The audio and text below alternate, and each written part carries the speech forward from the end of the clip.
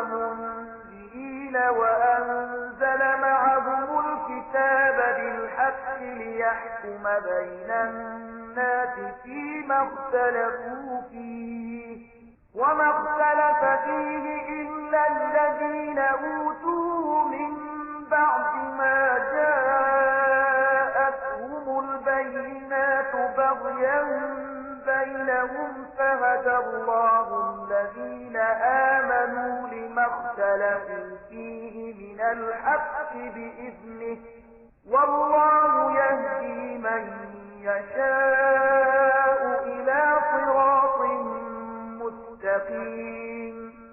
ولومړي وخت کې ټول خلک په یو لار روان بیا چې دی وځي دوام نکړ او اختلافونه رامنځته شول نو الله پیغمبران ولېږل چې په سم تګ زیری ورکوونکي او د انحراف له نتیجو څخه ویرونکي او د هغو سره یو ځای حق کتاب ولېږه تر څو هغه اختلافونه چې د حق په باب د خلکو ترمنځ راغلي وو فیصله کړي او د دې اختلافونو پیښېدو دلیل دا نو چې په ابتدا کې خلکو ته د حق ښودنه نه وه شوې نه اختلاف هغو کسانو را پیدا کړ چې د حق په برخه کې معلومات ورکړ شوی هغو د روښانه لارښودنو له موندلو نه وروسته صرف په دې غرض حق پرېښود بېلابېلې لارې رامنځته کړي چې غوښتل یې په خپلو منځو کې یو پر بل تېری وکړي نو الله هغو کسانو ته چې پر پیغمبرانو ایمان راوړ په خپل اذن د حق هغه لار وښودله چې خلکو پکې اختلاف کړی د الله چې چاته خوښه شي سم لار وښي. أم حسبتم أن تدخلوا الجنة ولما يأتكم مثل الذين خلوا من قبلكم مستهم البأساء والضراء وزلزلوا حتى يقول الرسول والذين آمنوا معه متى نصر الله ألا إن نصر الله قريب. تاسې دا انګېرلې چې هم داسې به جنت ته ننوځئ په داسې حال کې چې لا تر اوسه پر تاسې هغه هر څه نه دي تېر شوي چې له تاسې نه پر مخکنیو مؤمنانو راغلي دي په هغو ستونزې راغلې کړاوونه ورته ورسېدل ولړزولي شول ان تر دې چې د وخت رسول او د هغه مؤمنانو ملګرو فریادونه وکړل چې د الله مرسته به کله راشي په هغه وخت کې هغو ته ډاډینه ورکړای شوه چې هو د الله مرسته نږدې ده. يسألونك ماذا ينفقون قل ما أنفقتم من خير فللوالدين والأقربين واليتامى والمساكين وابن السبيل وما تفعلوا من خير فإن الله به عليم. خلق پوښتنه کوي مونږ څه مصرف کړو جواب ورکړه چې کوم مال چې تاسو لګوي پر خپل مور او پلار خپلوانو یتیمانو مسکینانو او پردیسیانو باندې ولګوي او تاسو چې هر ښېګڼه کوي الله پرې خبري. كتب عليكم القتال وهو كره لكم وعسى أن تكرهوا شيئا وهو خير لكم وعسى أن تحبوا شيئا وهو شر لكم والله يعلم وأنتم لا تعلمون. تاسو ته د جنگ امر شوی دی او هغه تاسو ته ناکاره دی کېدای شي چې یو شی تاسو ته ناکاره وي او همغه تاسو لپاره ډیر غوره وي او کېدای شي چې تاسو یو شی خوښوي او همغه تاسو لپاره بد وي الله پوهیږي تاسو نه پوهیږئ. يسألونك عن الشهر الحرام قتال فيه قل قتال فيه كبير وصد عن سبيل الله وكفر به والمسجد الحرام وإخراج أهله منه أكبر عند الله والفتنة الفتنة أكبر من القتل ولا يزالون يقاتلونكم حتى يردوكم عن دينكم إن استطاعوا ومن يرتد منكم عن دينه فيمت وهو كافر فأولئك حبطت أعمالهم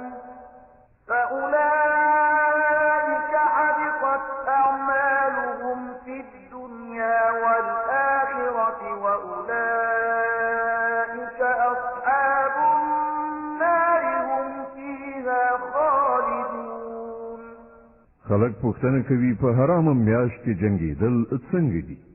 وایا په دې کې جنگ کول ډیر بد دي، خو د خدای له لارې نه د خلکو منع کول، پر الله باندې کافر کېدل، د مسجد حرام لار د خدای پالونکو پر مخ تړل او د حرم اوسیدونکي له هغه ځایه ایستل د خدای په وړاندې له دې نه هم ډیر زیات بد کار دی او فتنه له وینو تویولو نه سخته ګناه ده.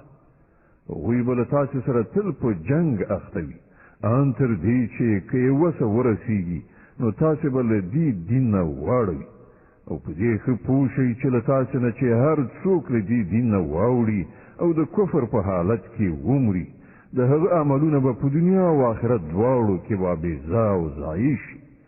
داسې خلک ټول دوزخیان دي او تل به په دوزخ کې اوسي.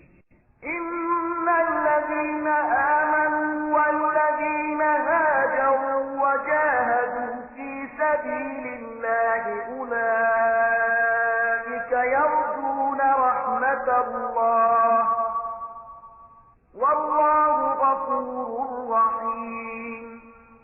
د دې پر خلاف کوم خلکو چې ایمان راوړی دی او چا چې د خدای په لار کې خپل کور وطن پریښی او جهاد یې کړی دی، هغوی حق لري چې د خدای د رحمت هیلهمند وي او الله د هغو د خطاو بخښونکی او پر هغو د خپل رحمت پیرزو کوونکی دی. يسألونك عن الخمر والميسر قل فيهما إثم كبير ومنافع للناس وإثمهما أكبر من نفعهما ويسألونك ماذا ينفقون قل العفو كذلك يبين الله لكم الآيات لعلكم تتفكرون في الدنيا والآخرة. پوښتنه کوي د شرابو او جواري یعنی قمار څه حکم دی؟ وایا په دواړو کې لویه ګناه ده، که څه هم د خلکو لپاره به څه ګټه هم پکې وي خو ګناه یې له ګټې نه ډېره زیاته ده.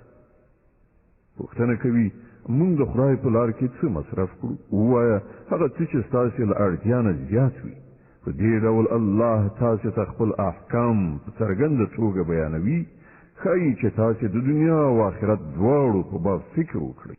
ويسألونك عن اليتامى قل إصلاح لهم خير وإن تخالطوهم فإخوانكم والله يعلم المفسد من المصلح ولو شاء الله لأعنتكم إن الله عزيز حكيم. پوښتنه کوي له یتیمانو سره دې څه چار چلند وشي؟ ووایه په کوم ډول چلند کې چې د هغو ښېګڼه وي د همغه غوره کول ډېر ښه دي او که تاسې خپل او د هغو خرڅ او لګښت او ژوند ژواک سره ګډ او شریک کړئ څه باک نشته نو هغوی خو ستاسې ورونه دي. د ورانکارو او روغچارو دواړو حال الله ته ښکاره دی. که د الله خوښه شوې وای نو په دې کار کې به یې تاسې له ستونزو سره مخامخ کړي وای، مګر هغه په واکمنۍ سربیره د حکمت څښتن هم دی. ولا تنكحوا المشركات حتى يؤمن ولأمة مؤمنة خير من مشركة ولو أعجبتكم ولا تنكحوا المشركين حتى يؤمنوا ولعبد مؤمن خير من مشرك ولو أعجبكم أولئك يدعون إلى النار والله يدعو إلى الجنة والمغفرة بإذنه ويبين آياته للناس لعلهم يتذكرون. تاسې له مشرکو ښځو سره هیڅ کله نکاح مکوئ تر څو چې ایمان نه وي راوړی. یو مسلمان وینځل آزاد مشرک نه ډیره ښه ده که څه هم چې ستاسې هغه ډیره خوښه وي. او مسلمانې ښځې مشرکانو ته هیڅ کله په نکاح مه ورکوئ تر څو چې هغوی ایمان نه وي راوړی. یو مسلمان غلام له آزاد مشرک نه ډیر ښه دی که څه هم چې هغه ستاسې ډیر خوښ وي. دا کسان تاسې د اور خواته دعوت کوي او الله په خپل اذن سره تاسې ته د جنت او بخنې په لوري بلنه درکوي او هغه خلکو ته خپل حکمونه په څرګنده توګه بیانوي. کېدای شي چې هغوی درس واخلي او نصیحت ومني. ويسألونك عن المحيض قل هو أذى فاعتزلوا النساء في المحيض ولا تقربوهن حتى يطهرن فإذا تطهرن فأتوهن من حيث أمركم الله إن الله يحب التوابين ويحب المتطهرين. پوښتنه کوي د حیض څه حکم دی؟ ووایه هغه یو د پلیدۍ حالت دی. په هغه کې له ښځو نه بیل اوسئ او هغو ته مه نږدې کېږئ تر څو چې هغوی پاکې شي. بیا چې کله هغوی پاکې شي نو له هغو سره هغه شان یو ځای شي چې الله درته امر کړی دی. د الله هغه خلک خوښیږي چې له بدۍ نه لاس واخلي او سپېڅلتیا غوره کړي. نساؤكم حرث لكم فأتوا حرثكم أنا شئتم وقدموا لأنفسكم واتقوا الله واعلموا أنكم ملاقوه وبشر المؤمنين. ستاسې ښځې ستاسې کښتونه دي. ستاسې خپله خوښه ده څنګه مو چې زړه غواړي هغه شان په خپل کښت کې تصرف وکړئ خو د خپل راتلونکي فکر ولرئ او د الله له خفګان نه ځان وژغورئ.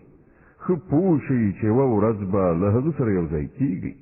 او ای پیغمبره څوک چې ستا لارښودنې ومني هغو ته د بري او نیکمرغۍ زیری ورکړه.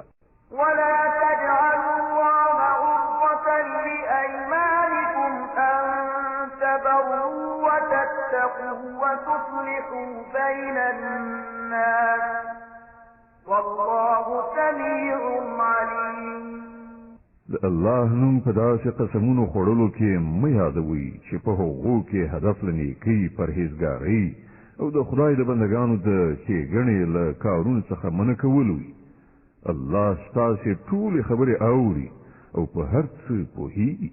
لا يؤاخذكم الله باللغو في أيمانكم ولكن يؤاخذكم بما كسبت قلوبكم والله غفور حليم. کوم بې معنا قسمونه چې تاسې بې ارادي خوړلي وي پر هغو باندې مو الله نه نیسي. خو کوم قسمونه چې تاسې د زړه له کومې خوړلي وي پر هغو به مو ارومرو نیسي.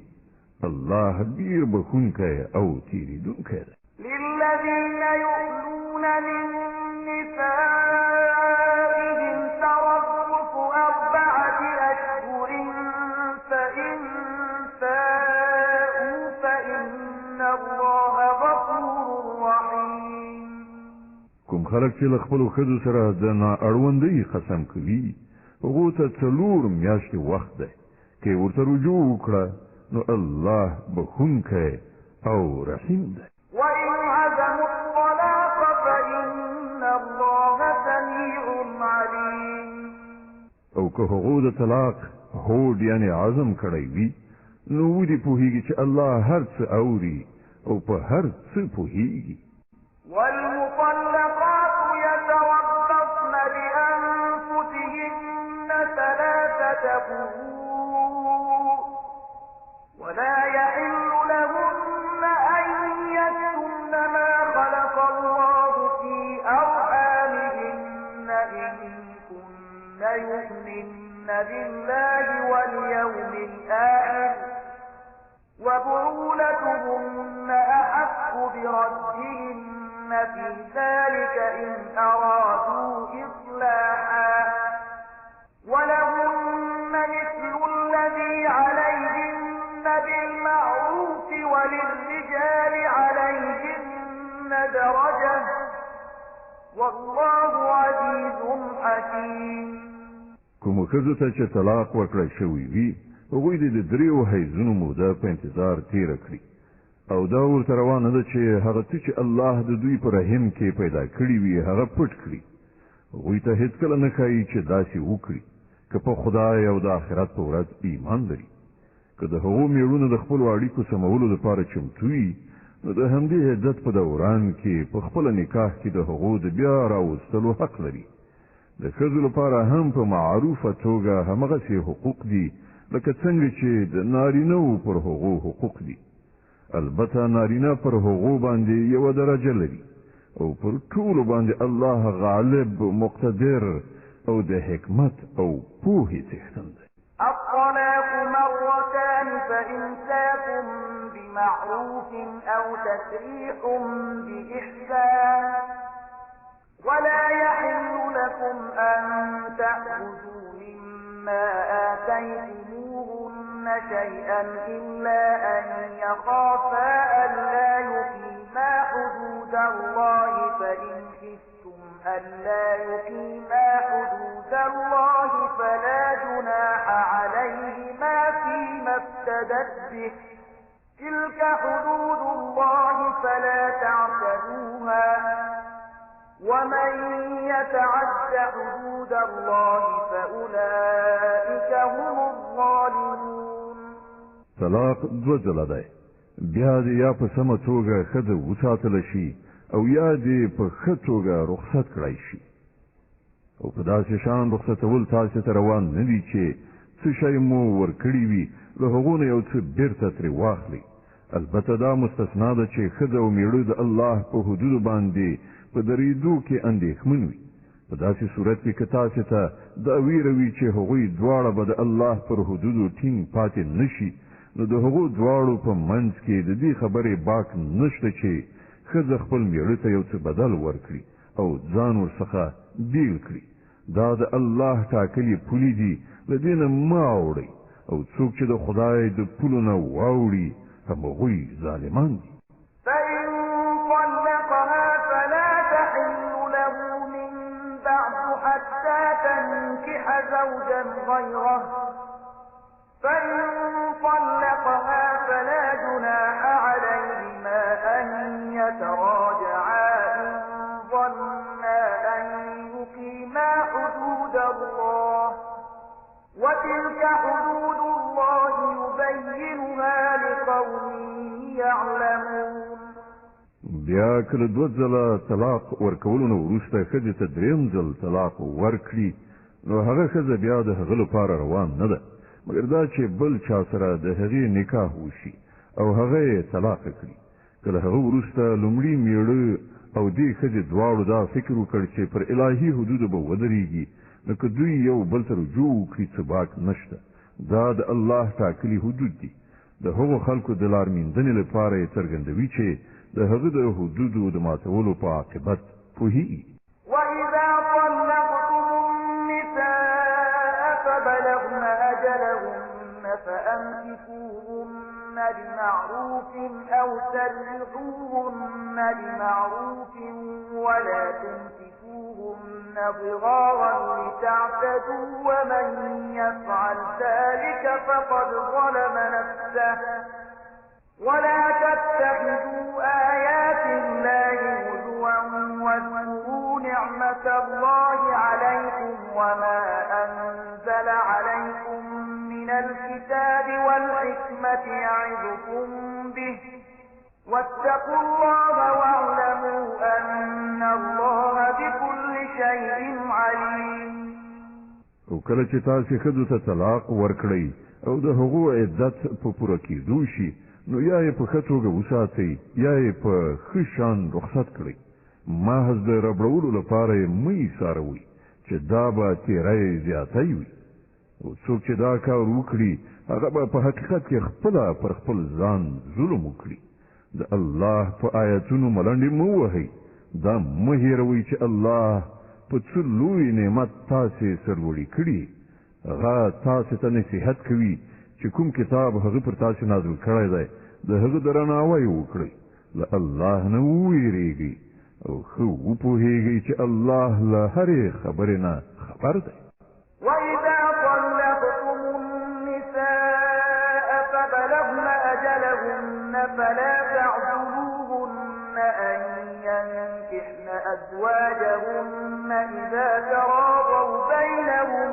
بِالْمَعْرُوفِ ذَلِكَ يُوعَظُ بِهِ مَن كَانَ مِنكُمْ يُؤْمِنُ بِاللَّهِ وَالْيَوْمِ الْآخِرِ ذَلِكُمْ أَزْكَىٰ لَكُمْ وَأَطْهَرُ وَاللَّهُ يَعْلَمُ وَأَنتُمْ لَا تَعْلَمُونَ کله چې تاسو خپل ښځو ته طلاق ورکړ او هغو خپل عدت پوره کړ نو بیا په دې لاره کې خنډ مه پیدا کوئ چې هغوی د خپلو پخوانیو میړونو سره نکاح وکړي که د دواړو خواو په دې موافقه راغله تاسې ته ښودنه کېږي چې هېڅکله داسې حرکت مه کوئ که پر الله او د آخرت په ورځ ایمان لرئ ستاسې لپاره مناسبه او سپېڅلې لاره هم دا ده چې له دې نه ځان وژغورئ الله پوهیږي او تاسې نه پوهیږئ والوالدات يرضعن أولادهن حولين كاملين لمن أراد أن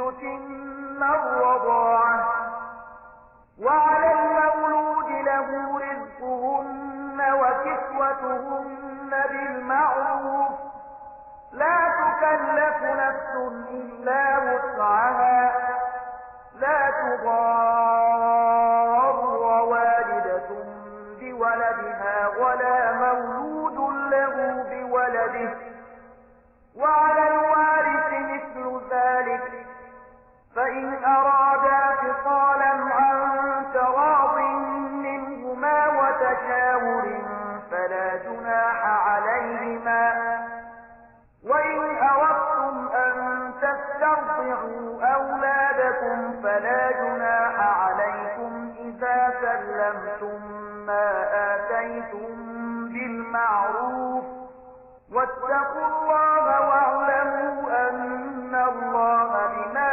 تعملون بصير میندې د خپلو بچیانو ته پوره 2 کاله تی ورکړي په دې صورت کې به د ماشوم پلار په ښه توګه هغو ته خوراک او جامې ورکوي خو داسې نه وي چې د چا په اوږه د هغه له وس نه پورته پیټی کېښودل شي نه د مور ته له دې امله آزار ورسول شي چې ماشوم د هغې دی او نه د پلار له دې امله وکړول شي چې ماشوم د هغه دی د تی ورکوونکي چې څنګه د ماشوم په پلار دا حق دی همداراز د هغه پر وارث هم دی خو که دواړه خواوې په خپل منځي موافقه او مشوره له تی بېلولو غواړي د دې خبرې څه باک نشته او که ستاسې په نظر کې دا وي چې کومه بله ښځه دې ستاسې ماشوم ته تی ورکړي نو په دې کې هم څه وبال نشته خو په دې شرط چې تی ورکوونکي سره مو په کومه وجوه فیصله کړې وي هغه په ښه توګه ادا کړئ د الله نه وویریږئ وپوهیږئ چې تاسې چې هر څه کوئ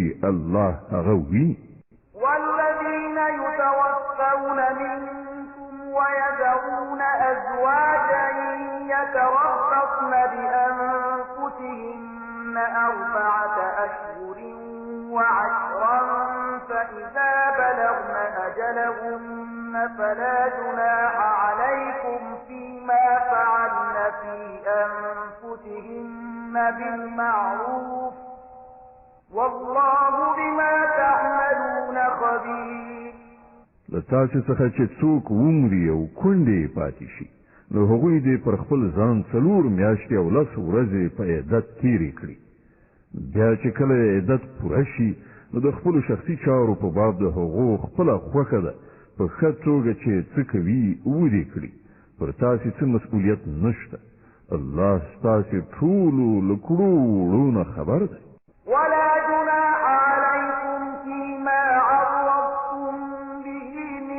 خطبة النساء أو أكننتم في أنفسكم علم الله أنكم ستذكرونهن ولكن لا تواعدوهن سرا إلا أن تقولوا قولا معروفا ولا تعزموا عقدة النكاح حتى يبلغ الكتاب أجله واعلموا أن الله يعلم ما في أنفسكم فاحذروه واعلموا أن الله غفور حليم. د عدت په موده کې که تاسو له هغو کندو سره د نکاح هیله په اشاره کنایات څرګنده کړئ او که په زړونو کې پټه وساتئ په دواړو صورتونو کې څه باک نه لري. الله پوهیږي چې هغوی به په زړونو کې دریادېږي، خو پام کوئ چې پټه وعده او تړون به ورسره نه کوئ. که کومه خبر کول وي نو په روا ډول دي وي او د نکاح تړلو پرېکړه تر هغه وخته مه کوئ چې تر څو پورې عدت تېر شوی نه وي. ښه وپوهېږئ چې الله ان ستاسې د زړونو په رازونو پوهېږي، نو له هغه نه وویرېږئ او په دې هم وپوهېږئ چې الله زغمونکی دی، له وړو وړو خبرو تېرېږي.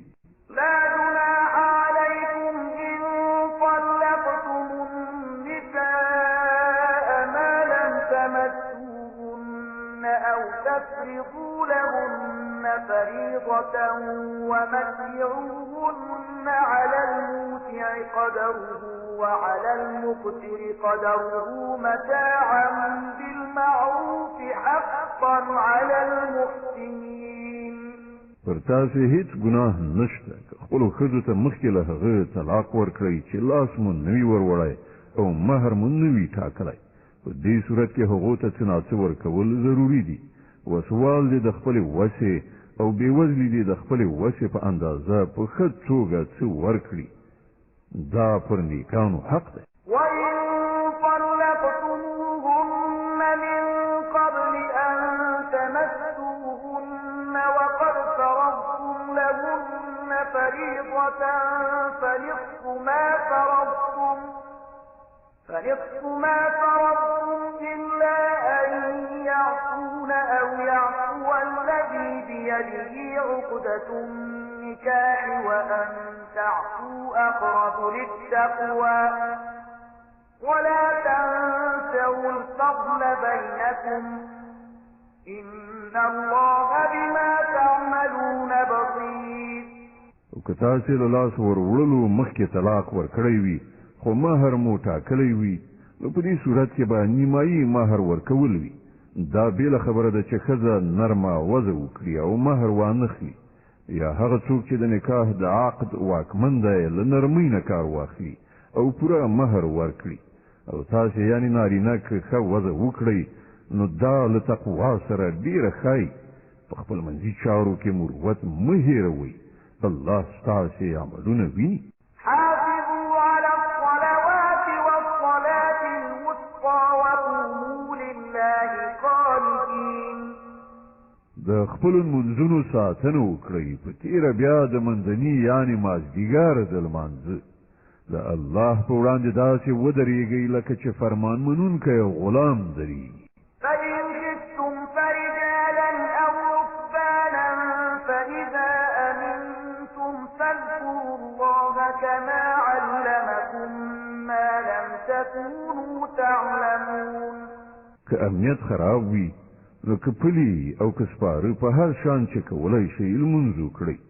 بیا چې کله امنیت ټینګ شي نو الله په هغه شان یاد کړئ چې څنګه یې تاسې ته ښودنه کړې ده چې پخوا پرې نه پوهېدئ.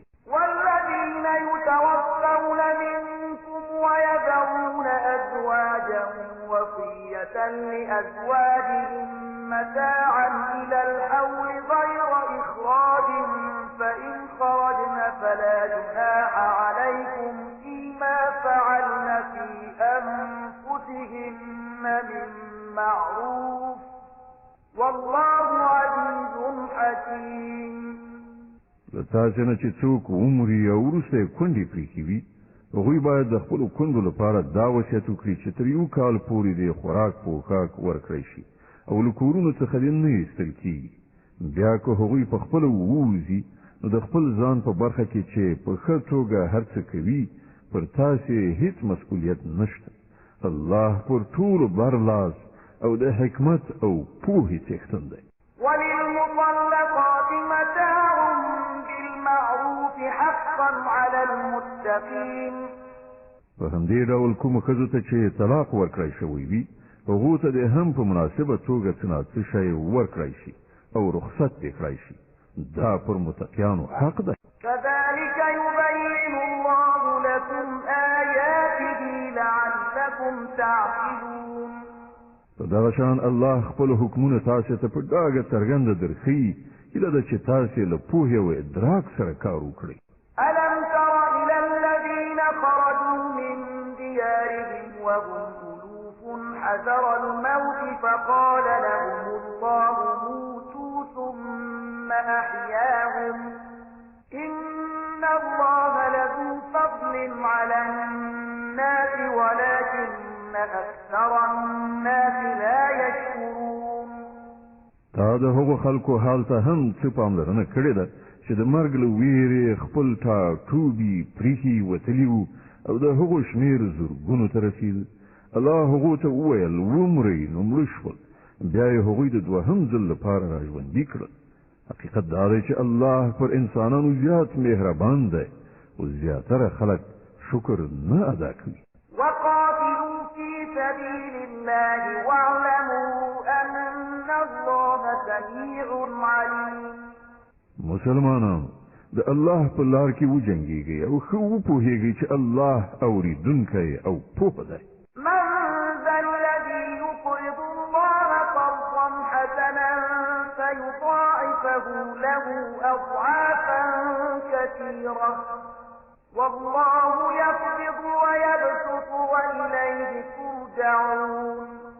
د تاسې نه څوک دی چې الله ته قرض حسنه ورکړي تر څو چې الله د هغه پور څو چنده بیرته ورکړي. کمول هم د الله په لاس کې دي او زیاتول هم او د همغه لوري ته ستاسې ورګرځېدل دي.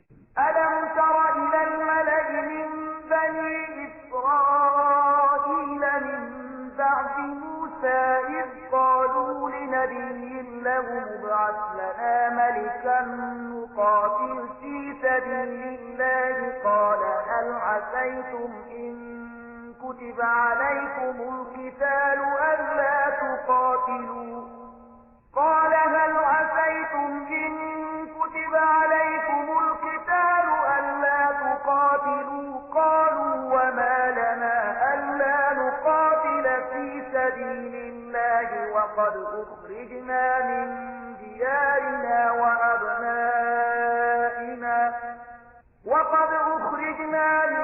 ديارنا وأبنائنا فلما كتب عليهم القتال تولوا إلا قليلا منهم والله عليم بالظالمين. تا پر هغه موضوع څه غور کړی دی چې له موسی نه وروسته د بني اسرائیلو مشرانو ته پیښه شوې وه. هغو خپل پیغمبر ته وویل زمونږ لپاره یو باچا وټاکه تر څو چې موږ د الله په لار کې جنګ وکړو. پیغمبر پوښتنه وکړه بیا خو به داسې نه وي چې تاسې ته د جنګېدو امر وشي او تاسې ونه جنګېږئ. هغو ځواب ورکړ نه خیر دا څنګه کېدای شي چې موږ د خدای په لار کې ونه جنګېږو په داسې حال کې چې موږ له خپلو کورونو څخه ایستل شوي یو او زموږ اهل و عیال له موږ څخه بېل کړی شوی دی. خو کله چې هغو ته د جنګېدو امر وشو نو له یو لږ شمېر نه پرته نور ټول په شا لاړل او الله د هغو هر یو تیري کوونکی پیژني. وقال لهم نبيهم إن الله قد بعث لكم طالوت ملكا قالوا أنى يكون له الملك علينا ونحن أحق بالملك منه ولم يؤت سعة من المال قال إن الله اصطفاه عليكم وزاده بسطة في العلم والجسم والله يؤتي ملكه من يشاء والله واسع عليم. د هغو پیغمبر هغو ته وویل چې الله تعالی ستاسې پادشاه ټاکلی دی. د دې خبرې په اورېدو هغوی وویل هغه څنګه پر موږ باندې د پادشاه کېدو استحقاق وموندو؟ د هغه په پرتله موږ د پادشاهۍ زیات وړ یو او هغه ته په مال کې پراخوالی نه دی ورکړی شوی. پیغمبر ځواب ورکړ الله پر تاسې همغه غوره کړی دی او هغه ته روحي او جسمي دواړه ډوله پراخ اهلیت وربخلی دی او الله واکمن دی چې اته چې خوښه شي خپل ملک ورکوي. خدای سره ډیره پراخي ده او هر څه باندې عالم دی. وقال لهم نبيهم إن آية ملكه أن يأتيكم التابوت فيه سكينة من ربكم وبقية مما ترك آل موسى وآل هارون تحمله الملائكة إن في ذلك لآية لكم إن كنتم مؤمنين.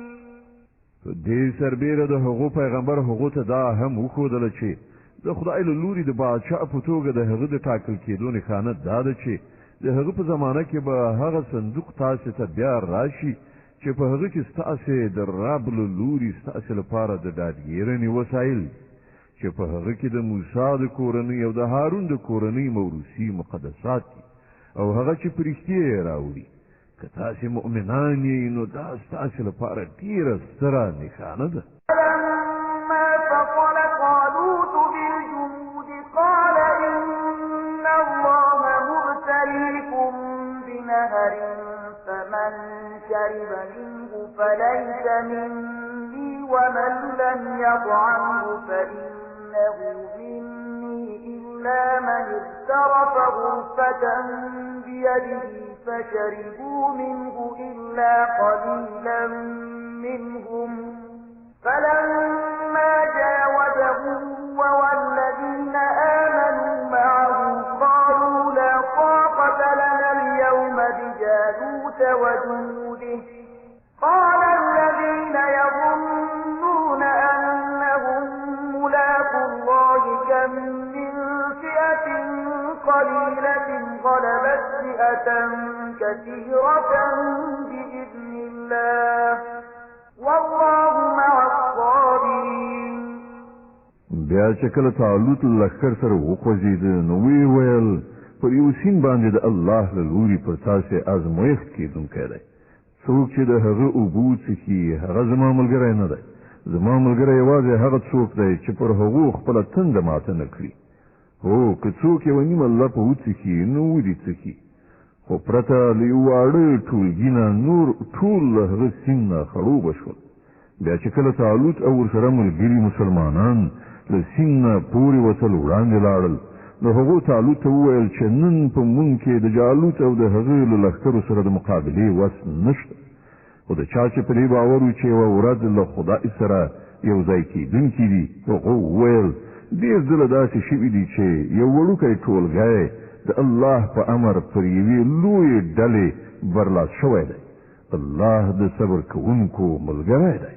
ولما برزوا لجالوت وجنوده قالوا ربنا أفرغ علينا صبرا وثبت أقدامنا وانصرنا على القوم الكافرين. او کله چې هغوی د جالوت او د هغه د لښکرو مقابلې ته ووتل نو یې دعا وکړه ای زمونږ ربه مونږ ته صبر راکړه زمونږ قدمونه ټینګ کړه او پر دې کافره ډله مونږ برلاسي کړه. فهزموهم بإذن الله وقتل داود جالوت وآتاه الله الملك والحكمة وعلمه مما يشاء ولولا دفع الله الناس بعضهم ببعض لفسدت الأرض ولكن الله ذو فضل على العالمين. پای کې د الله په امر هغو کافران وزغلول او داود جالوت وواژه او الله هغه ته سلطنت او حکمت ور په برخه کړ او هغه څه ور زده کړل چې د الله خوښه وه.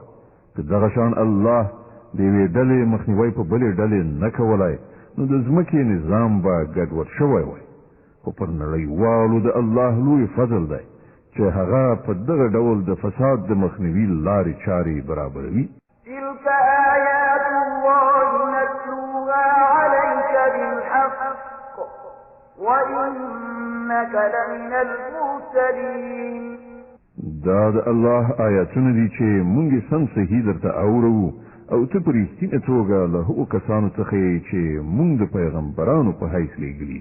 تلك الرسل فضلنا بعضهم على بعض منهم من كلم الله ورفع بعضهم درجات وآتينا عيسى ابن مريم البينات وأيدناه بروح القدس ولو شاء الله ما اقتتل الذين من بعدهم من بعد ما جاءتهم البينات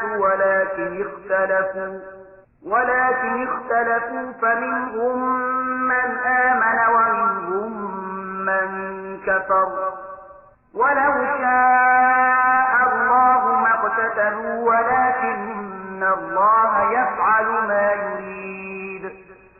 دی پیغمبرانو ته چې زمونږ له لوري د انسانانو د هدایت وظیفه ورسپارل شوې ده مونږ یو پر بل باندې لوړتیا او فضیلت وربخلی دی.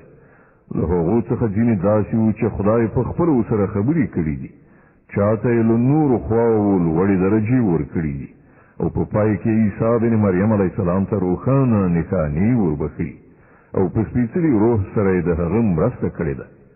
که د خدای خوښه وای نو دا نشوای کېدی چې د دې پیغمبرانو وروسته خلکو چې څرګندې نښې نښانې لیدلې په خپلو منځو کې جګړه کړې وای. له دې امله هغوی یو له بل سره شخړې وکړې نو چا ایمان راوړ او چا د کفر لاره غوره کړه. هو که الله غوښتلی نو هغوی به هیڅکله نه جنګېدل خو الله چې څه غواړي هغه کوي. يا أيها الذين آمنوا أنفقوا مما رزقناكم من قبل أن يأتي يوم لا بيع فيه ولا خلة ولا شفاعة والكافرون هم الظالمون. اے مؤمنان څه مال شتمني چې مونږ درکړې ده له هغې نه لګښت وکړئ مخکې له هغې چې هغه ورځ راشي چې په هغې کې به نه اخیستل او خرڅول وي نه دوستي په درز وخوري او نه سپارښت کار وکړي او ظالمان اصلا هغه کسان دي چې د کفر لاره غوره کوي. الله لا إله إلا هو الحي القيوم لا تأخذه سنة ولا نوم له ما في السماوات وما في الأرض من ذا الذي يشفع عنده إلا بإذنه يعلم ما بين أيديهم وما خلفهم ولا يحيطون بشيء من علمه إلا بما شاء وسع كرسيه السماوات والأرض ولا يئوده حفظهما وهو العلي العظيم. الله غژوندی ابدي ذات نه پرته چې ټول کائنات یې تنظیم کړي دي بل هیڅ خدای نشته. هغه نه ویدي کېږي او نه پریشانی پرې راځي. په ځمکې او اسمانونو کې چې هر څه دي د هغه دي. څوک دی چې د هغه په وړاندې د هغه له اجازې پرته سپارښت وکړی شي؟ څه چې د بندګانو په وړاندې دي پر هغو هم خبر دی او څه چې له هغو نه پټ دي پر هغو هم خبر دی او د هغه له معلوماتو نه هیڅ شی د هغو په ادراک کې نشي ایسارېدلی مګر دا چې د کوم شي علم ورکول هغه په خپله وغواړي. د هغه حکومت پر آسمانونو او ځمکه خور شوی دی او د هغو ساتنه د هغه لپاره کوم ستومانونکی کار نه دی. یوازې همغه یو لوی او لوړ ذات دی. لا إكراه في الدين قد تبين الرشد من الغي فمن يكفر بالطاغوت ويؤمن بالله فقد استمسك بالعروة الوثقى لا انفصام لها والله سميع عليم. د دین په چارو کې څه زور او مجبورول نشته. سمه خبره له غلطو مفکورو څخه جلا کړای شوې ده. اوس چې څوک له کوم طاغوت نه منکر شي او په الله ایمان راوړي، هغه یوه داسې کلکه آسره ونیوله چې هېڅکله ماتېدونکې نه ده، او الله د هر څه اورېدونکی او په هر څه پوهېدونکی دی. الله ولي الذين آمنوا يخرجهم من الظلمات إلى النور والذين كفروا أولياؤهم الطاغوت يخرجونهم من النور إلى الظلمات أولئك أصحاب النار هم فيها خالدون. کوم خلک چې ایمان راوړي د هغو ملاتړ او مرستندوی الله دی او هغوی له ترږمیو نه رڼا ته راباسي، او کوم خلک چې د کفر لاره غوره کړي د هغو ملاتړ او مرستندویان طاغوتان یعنی شیطانان دي او هغوی له رڼا نه د ترږمیو لوري ته راکاږي. دا کسان دوزخ ته ورتلونکي دي، هلته به تل اوسیږي. ألم تر إلى الذي حاج إبراهيم في ربه أن آتاه الله الملك إذ قال إبراهيم ربي الذي يحيي ويميت قال أنا أحيي وأميت قال إبراهيم فإن الله يأتي بالشمس من المشرق فأت بها من المغرب فبهت الذي كفر والله لا يهدي القوم الظالمين. آیتا د هغه چا په حال غول نه دی کړی چې هغه له ابراهیم سره جګړه کړې وه. په دې خبره جګړه چې د ابراهیم رب څوک دی او له دې امله چې هغه ته الله حکومت ورکړی. کله چې ابراهیم علیه السلام وویل چې زما رب هغه ذات دی چې د ژوند او مرګ واکمن دی، نو هغه په ځواب کې وویل ژوند او مرګ زما په واک کې دی. ابراهیم علیه السلام وویل ښه الله لمر له ختیځ نه راخېژوي، ته هغه له لویدیځ نه راوخېژوه. د دې په اورېدلو د حق هغه منکر حق پک حیران پاتې شو، خو الله ظالمانو ته سمه لاره نه ښي. أو كالذي مر على قرية وهي خاوية على عروشها قال أنى يحيي هذه الله بعد موتها فأماته الله 100 عام ثم بعثه قال كم لبثت قال لبثت يوما أو بعض يوم قال بل لبثت 100 عام عام فانظر إلى طعامك وشرابك لم يتسنه وانظر إلى حمارك ولنجعلك آية للناس وانظر إلى العظام كيف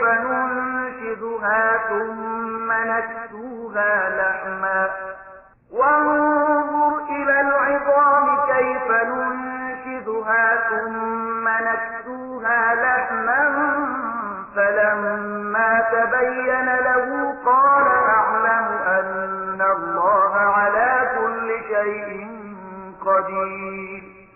یا خود مثال په ډول هغه سړی ته وګوره چې هغه پر یو کلی تیریږي چې چتونه پر بل مخ نسکور شي. هغه وویل دا ودانې چې ورانی شوي دي دا به الله په څه شان بیا ژوندی کوي یعنی جوړوي. نو الله د هغه ساه واخیستله او هغه 100 کاله مړ پروت. بیا الله هغه دوهم ځل ژوندی کړ او له هغه نه پوښتنه وکړه وایه څومره وخت پروت وي؟ هغه وویل یوه ورځ یا 2 ساعته به پروت و. ویې فرمایل 100 کلونه در باندې په همدې حالت کې تیر شوي دي. اوس دې په خپلو خوړو اوبو لږ نظر واچوه چې کوم بدلون پکې نه دی راغلی. له بلې خوا لږ شان خپل خره ته هم وګوره چې ان هډوکي هم وراسته شوي دي او دا مو د دې لپاره داسې کړي دي چې موږ غواړو تا د خلکو لپاره یوه نښانه وګرځو. اوس وګوره چې دا د هډوکو پختۍ څنګه راپاڅوو، په غوښه او پوستکي یې پټوو. کله چې په دې توګه هغه ته حقیقت په ډاګه څرګند شو، نو ویې ویل زه پوهېږم چې الله په هر څه قادر دی. وَإِذْ قَالَ إِبْرَاهِيمُ رَبِّ أَرِنِي كَيْفَ تُحْيِي الْمَوْتَىٰ قَالَ أَوَلَمْ تُؤْمِن قَالَ بَلَىٰ وَلَٰكِن لِّيَطْمَئِنَّ قَلْبِي قَالَ فَخُذْ أَرْبَعَةً مِّنَ الطَّيْرِ فَصُرْهُنَّ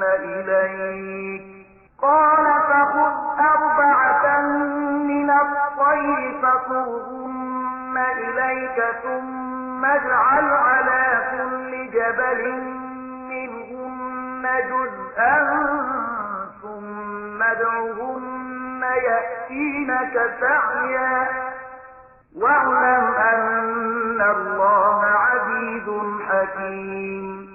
او هغه پیښه د هم در پزروي چې کله ابراهیم علیه السلام ویلی و چې زما څښتنه ما ته راوښیه چې ته په څه شان مړي ژوندي کوي. وی فرمایل آیا ستا پرې ایمان نشته؟ هغه عرض وکړ ایمان خو لرم خو د زړه ډالۍ نه غواړم. وی فرمایل ښه نو 4 مرغۍ راواخله، هغوی سره ټوټه ټوټه کړه، په خپلو کې ګډې ځان ته مایلې کړه، بیا د هغو یوه ټوټه پر بیلابیلو غرونو کېږده، بیا هغو ته نارې کړه هغوی به تا ته په ځغستا راشي. په دې ښه پوه شه چې الله لوی واکمن او د حکمت څښتن دی. مثل الذين ينفقون أموالهم في سبيل الله كمثل حبة أنبتت 7 سنابل في كل سنبلة 100 حبة والله يضاعف لمن يشاء والله واسع عليم. کوم خلک چې خپل مالونه د الله په لار کې لګوي، د هغو د لګښت مثال داسې دی لکه چې یوه دانه وکرله شي او له هغې نه 7 وږي زرغون شي او په هر وږي کې 100 دانې وي.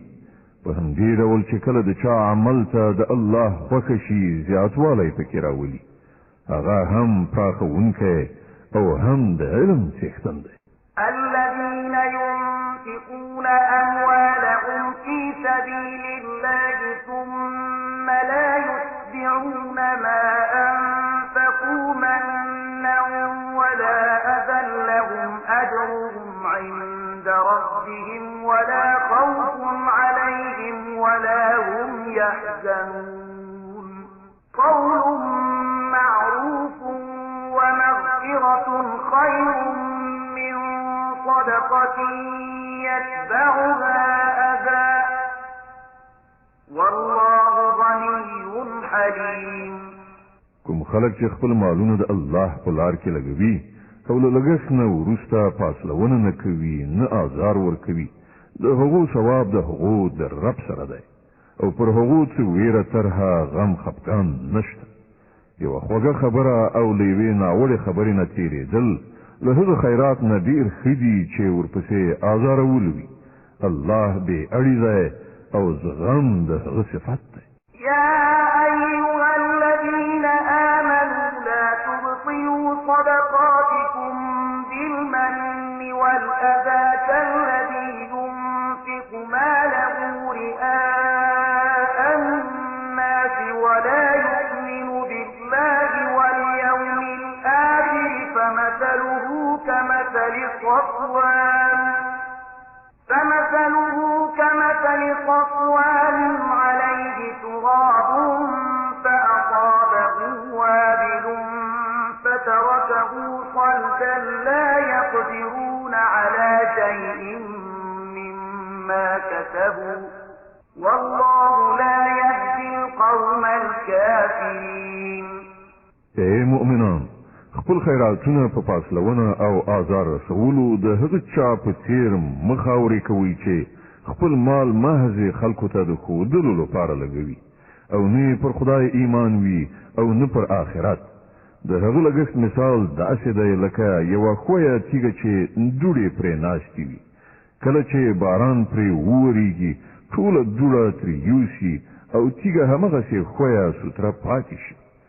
دې خلکو چې په خپل ګمان سره د خیرات کومه نیکي ګټلې ده له هغې نه هېڅ شی د هغو لاسته نه ورځي او کافرانو ته سمه لار ښودل د الله عادت نه دی. ومثل الذين ينفقون أموالهم ابتغاء مرضات الله وتثبيتا من أنفسهم كمثل جنة بربوة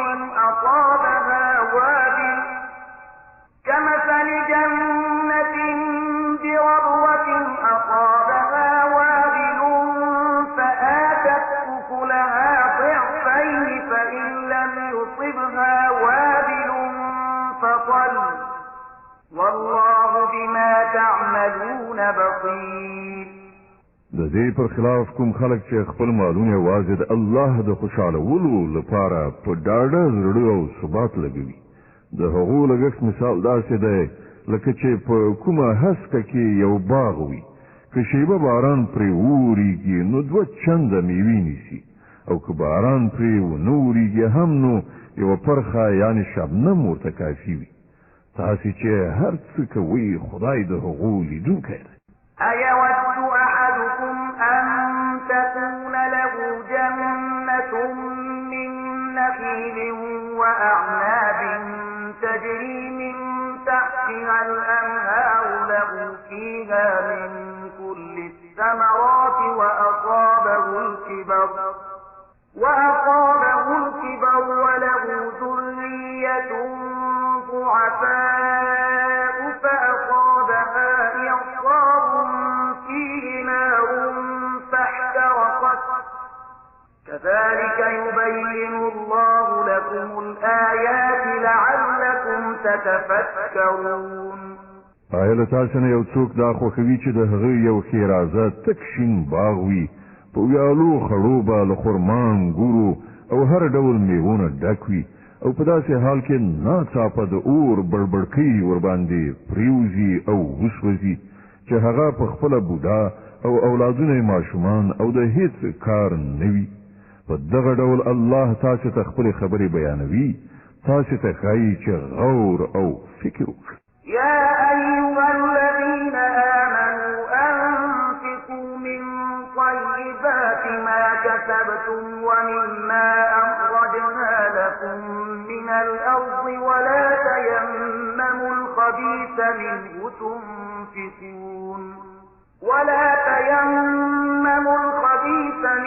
تنفقون ولستم بآخذيه إلا أن تغمضوا فيه واعلموا أن الله غني حميد.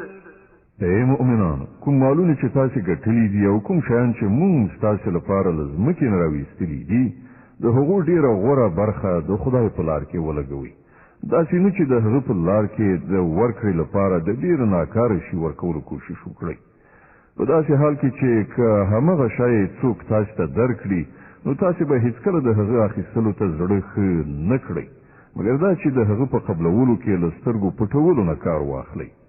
تاسو باید په دې پوه اوسئ چې الله بې نیازه دی او د ډیرو غوره ستاینو څښتن دی.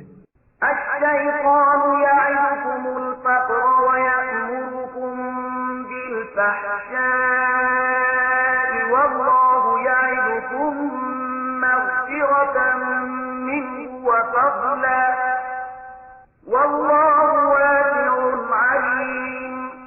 شیطان تاسو له بېوزلۍ نه ویروي او شرمناک چلند غوره کولو ته مو هڅوي خو الله خپل بخشش او پیرزوینې ته تاسو هیلهمن کوي. الله د ډیر پراخ لاس خاوند او پوه دی. يؤتي الحكمة من يشاء ومن يؤت الحكمة فقد أوتي خيرا كثيرا وما يذكر إلا أولو الألباب. چاته چې خوښ شي حکمت ورکوي او چاته چې حکمت ورکړ شي هغه ته په حقیقت کې ستر دولت ورکړ شو. له دې خبرونو یوازې هغه کسان درس اخلي چې د پوهې خاوندان دي. وما أنفقتم من نفقة أو نذرتم من نذر فإن الله يعلمه وما للظالمين من أنصار. تاسو چې هر څه لګولي وي او هر څه چې مو نظر منلی وي الله پرې پوه دی او د تیری کوونکو هیڅ مرستندوی نشته. إن تبدوا الصدقات فنعما هي وإن تخفوها وتؤتوها الفقراء فهو خير لكم ويكفر عنكم من سيئاتكم والله بما تعملون خبير. که خپل خیراتونه په ښکاره توګه ورکړئ نو دا هم ښه ده او که په پټه یې اړو کسانو ته ورکړئ نو دا ستاسې لپاره ډیره غوره ده. ستاسې ډیر ګناهونه په دغه شان عمل سره له منځه ځي او هر څه چې تاسې کړي وي الله ارومرو پرې خبره دی. ليس عليك هداهم ولكن الله يهدي من يشاء وما تنفقوا من خير فلأنفسكم وما تنفقون إلا ابتغاء وجه الله وما تنفقوا من خير يوفى إليكم وأنتم لا تظلمون. خلکو ته د هدایت نصیب کولو مسؤلیت پرته نشته. یوازې الله دی چې چاته خوښه شي هدایت ور په برخه کوي او تاسو چې کوم مال په خیرات کې لګوي ښېګڼه همدا تاسو ته ده او تاسو خو په همدې خاطر لګوي چې الله خوشاله کړي. نو کوم مال چې تاسو په خیرات کې ولګوي د هغه پوره او بشپړ ثواب به درکړای شي او هیڅکله به ستاسو حق ونسوري. للفقراء الذين أحصروا في سبيل الله لا يستطيعون ضربا في الأرض يحسبهم الجاهل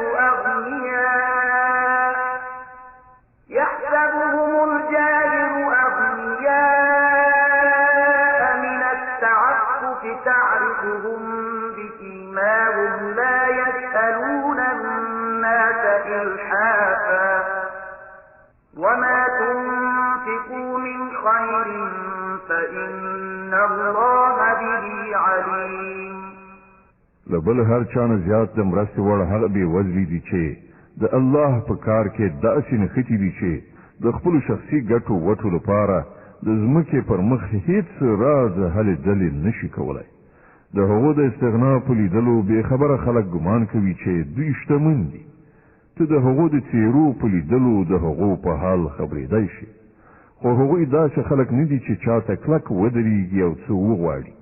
د هغو په لاسنیوي کې چې تاسې څه مال ولګوئ هغه به له الله نه پټ پاتې نشي.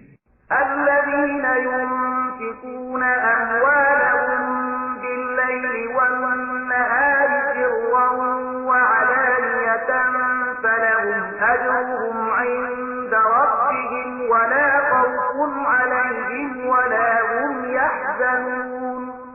کوم خلک چې خپل مالونه شپه او ورځ په ښکاره او په پټه لګوي د هغو ثواب د هغو له رب سره دی او هغو ته هیڅ ویره او اندېښنه نشته. الذين يأكلون الربا لا يقومون إلا كما يقوم الذي يتخبطه الشيطان من المس ذلك بأنهم قالوا إنما البيع مثل الربا وأحل الله البيع وحرم الربا. حکم خلک چې سود خوري د هغو حال به د هغه چا غوندې وي چې پیریانو نیولی وي او په دې حال د هغو د اخته کېدو دلیل دا دی چې وایي تجارت خو هم لکه سود غوندې شی دی په داسې حال کې چې الله تجارت روا او سود ناروا کړی دی. فمن جاءه موعظة من ربه فانتهى فله ما سلف وأمره إلى الله ومن عاد فأولئك أصحاب النار هم فيها خالدون. نو چاته چې د هغه د رب له لوري دا نصیحت ورسید او پر راتلونکي کې د سود له خوړلو نه ډډه وکړه نو څه چې مخکې خوړلي هغه خو یې خوړلي د هغه معامله له خدای سره ده او څوک چې له دې حکم نه وروسته بیا هم همداسې کار کوي هغوی دوزخیان دي تل به پکې اوسي. يمحق الله الربا ويربي الصدقات والله لا يحب كل كفار أثيم. الله سود لمنځه وړي او خیراتونو ته وده او ښېرازي ورکوي او الله هیڅ ناشکره بد عمله انسان نه خوښوي. إن الذين آمنوا وعملوا الصالحات وأقاموا الصلاة وآتوا الزكاة لهم أجرهم عند ربهم ولا خوف عليهم ولا هم يحزنون. کوم کسان چې ایمان راوړي او غوره عملونه وکړي او زکات ورکړي د هغو ثواب بېشکه د هغو له رب سره دی او پر هغو څه ویره او کړاو نشته. يا أيها الذين آمنوا اتقوا الله وذروا ما بقي من الربا إن كنتم مؤمنين. اے مؤمنانو له خدای وویریږئ او ستاسې چې کوم سود پر خلکو پاتې دی هغه ور پرېږدئ که په رښتیا سره مو ایمان راوړی وي. فإن لم تفعلوا فأذنوا بحرب من الله ورسوله وإن تبتم فلكم رؤوس أموالكم لا تظلمون ولا تظلمون. خو که تاسې داسې ونه کړل نو خبر اوسئ چې د الله او د هغه د رسول لخوا ستاسې پر خلاف د جګړې اعلان دی. که اوس هم توبه وباسئ او سود پرېږدئ نو تاسې د خپلې پانګې اخیستلو حقدار یاست. نه تاسې ظلم کوئ او نه به پر تاسې ظلم وشي. وإن كان ذو عسرة فنظرة إلى ميسرة وأن تصدقوا خير لكم إن كنتم تعلمون. که ستاسې پوروړی تنګلاسی وي نو تر لاس چلیدو پورې مهلت ورکړئ او که خیرات ورکړئ نو دا ستاسې لپاره ډېره ښه ده که پوهیږئ. واتقوا يوما ترجعون فيه إلى الله ثم توفى كل نفس ما كسبت وهم لا يظلمون. د هغې ورځې له رسوایي او کړاو نه ځان وژغورئ چې د الله لوري ته ورستنېږي. هلته به هر چاته د هغه د کړې نیکۍ یا بدۍ پوره بشپړه بدله ورکړی شي او پر هیڅ چا به هیڅکله ظلم ونه شي.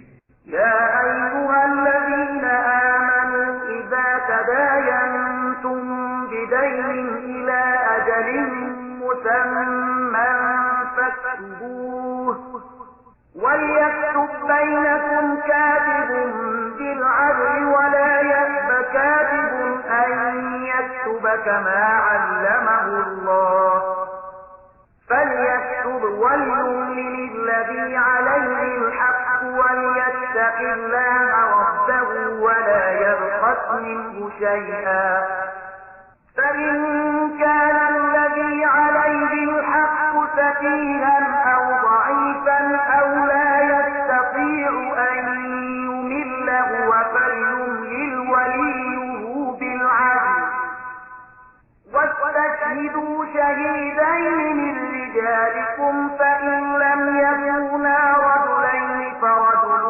وامرأتان ممن ترضون من الشهداء أن تضل إحداهما فتذكر إحداهما الأخرى ولا يأبى الشهداء إذا ما دعوا ولا تسأموا أن تكتبوه صغيرا أو كبيرا إلى أجله ذلكم أقسط عند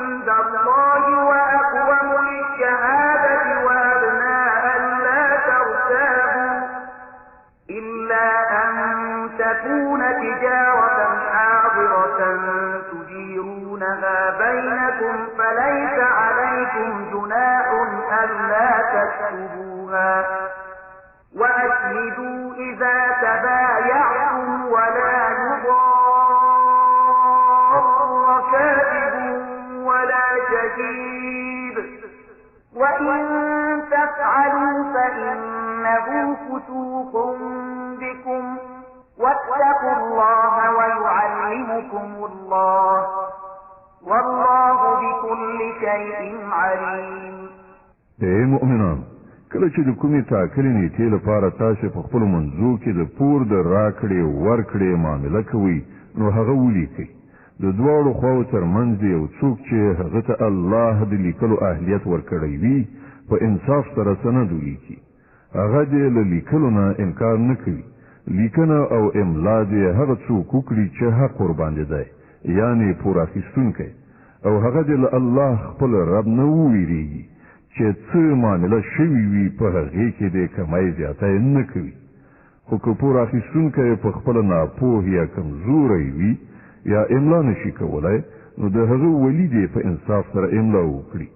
بیا له خپلو نارینه‌وو 2 تنه پرې شاهدان ونیسئ، او که 2 سړي نه وي نو یو سړی او 2 ښځې دې وي چې که یوه یې هیره کړي نو هغه بله به یې ورپه زړه کړي. دا شاهدان دې له داسې خلکو څخه وي چې د هغو شاهدي ستاسې په منځ کې قبلېدونکي وي. شاهدانو ته چې کله د شاهدۍ وهلو وویل شي نو هغوی د انکار نه کوي. که معامله وړه وي او که غټه، د هغې نیټه ټاکل او سند لیکل بې اهمیته مه ګڼئ. د الله په وړاندې دا چلند ستاسو لپاره ښه د انصاف کار دی. په دې سره شاهدۍ تېرولو کې ښه اسانتیا راځي او په شکونو او شبهو کې ستاسې د اخته کېدو امکان کمیږي. هو، که تاسې په خپلو منځو کې لاس په لاس تجارتي راکړه ورکړه کوئ نو د هغه د نه لیکلو هیڅ پروا نشته. خو د سوداګرۍ د راکړې ورکړې په وخت کې شاهدان ونیسئ. لیکونکی او شاهد دې نه ځورول کېږي. که داسې وکړئ نو ګناه کوئ. د الله له قهره وویریږئ. هغه تاسې ته د عمل سمه لاره درښیي او هغه په هر څه پوه دی. وَإِن كُنتُمْ عَلَى سَفَرٍ وَلَمْ تَجِدُوا كَاتِبًا فَرِهَانٌ مَّقْبُوضَةٌ فَإِنْ أَمِنَ بَعْضُكُم بَعْضًا فَلْيُؤَدِّ الَّذِي اؤْتُمِنَ أَمَانَتَهُ وَلْيَتَّقِ اللَّهَ رَبَّهُ وَلَا تَكْتُمُوا الشَّهَادَةَ وَمَن يَكْتُمْهَا فَإِنَّهُ آثِمٌ قَلْبُهُ والله بما تعملون عليم. که تاسو د پردیسۍ یعنی مسافرۍ په حال کې او د سند لیکلو لپاره کوم لیکونکی پیدا نشو نو د شیانو په ګرو اخیستلو معامله وکړئ. کله تاسو نه څوک پر بل باندې باور وکړي یا له هغه سره څه معامله وکړي نو په چا باندې چې باور شوی دی هغه د امانت ادا کړي او له خپل رب الله څخه دی وویریږي. او شاهدی هیڅ کله مو پټوي. څوک چې شاهدی پټوي د هغه زړه په ګناه خیرن دی او الله ستاسو له عملونو څخه بې خبره نه دی. لله ما في السماوات وما في الأرض وإن تبدوا ما في أنفسكم أو تخفوه يحاسبكم به الله فيغفر لمن يشاء ويعذب من يشاء والله على كل شيء قدير. په اسمانو او په ځمکه کې چې څه دي ټول د الله دي. تاسو که د خپلو زړونو خبرې ښکاره کړئ او کې پټې وساتئ په هر حال الله به له تاسو نه د هغو حساب واخلي. بیا د هغه واک دی چاته چې خوښه شي وبه یې بخي او چاته چې خوښه شي سزا به ورکړي. هغه په هر څه قادر دی. آمن الرسول بما أنزل إليه من ربه والمؤمنون كل آمن بالله وملائكته وكتبه ورسله لا نفرق بين أحد من رسله وقالوا سمعنا وأطعنا غفرانك ربنا وإليك المصير. پیغمبر صلی الله علیه وسلم پر هغه هدایت ایمان راوړی دی چې د هغه د رب لخوا پر هغه نازل شوی دی او څوک چې د دې پیغمبر صلی الله علیه وسلم منونکي دي هغوی هم دا هدایت د زړه په مینه منلی دی. دوی ټول الله د هغه فرښتې د هغه کتابونه او د هغه پیغمبران منلی دي او د هغو وینا دا ده چې موږ د الله په پیغمبرانو کې یو له بله توپیر نه کوو. مونږ حکم واورید او اطاعت مو ومان څښتنه مونږ ستا څخه د ګناه بخښنې غوښتونکي یو او همدا ستا لوري ته زمونږ درتګ دی. لا يكلف الله نفسا إلا وسعها لها ما كسبت وعليها ما اكتسبت ربنا لا تؤاخذنا إن نسينا أو أخطأنا ربنا ولا تحمل علينا إصرا كما حملته على الذين من قبلنا ربنا ولا تحملنا ما لا طاقة لنا به واعف عنا واغفر لنا وارحمنا أنت مولانا فانصرنا على القوم الكافرين. الله هیڅ ساکښته د هغه له وسې پورته مسؤلیت نه متوجه کوي. هر چا چې څه ښه کړي دي د هغو میوه د همغه ده او چا چې څه بدي کړې ده د هغې ګناه پر همغه ده. مؤمنانو تاسې داسې دعا وکړئ: ای زموږ ربه، که له موږ نه څه هیره او خطا صادره شي موږ پرې مه نیسه. څښتنه پر موږ هغه پیټی مږده چې له موږ نه مخکنیو خلکو باندې دي ایښی وو. زموږ څښتنه د کوم پیټي پورته کولو چې په موږ کې وس نشته هغه پر موږ مږده. له موږ سره اساني وکړه. زموږ له ګناهونو څخه تیر شه. پر موږ رحم وکړه. ته زموږ کار جوړونکی د کافرانو په مقابله کې زموږ مرسته وکړه.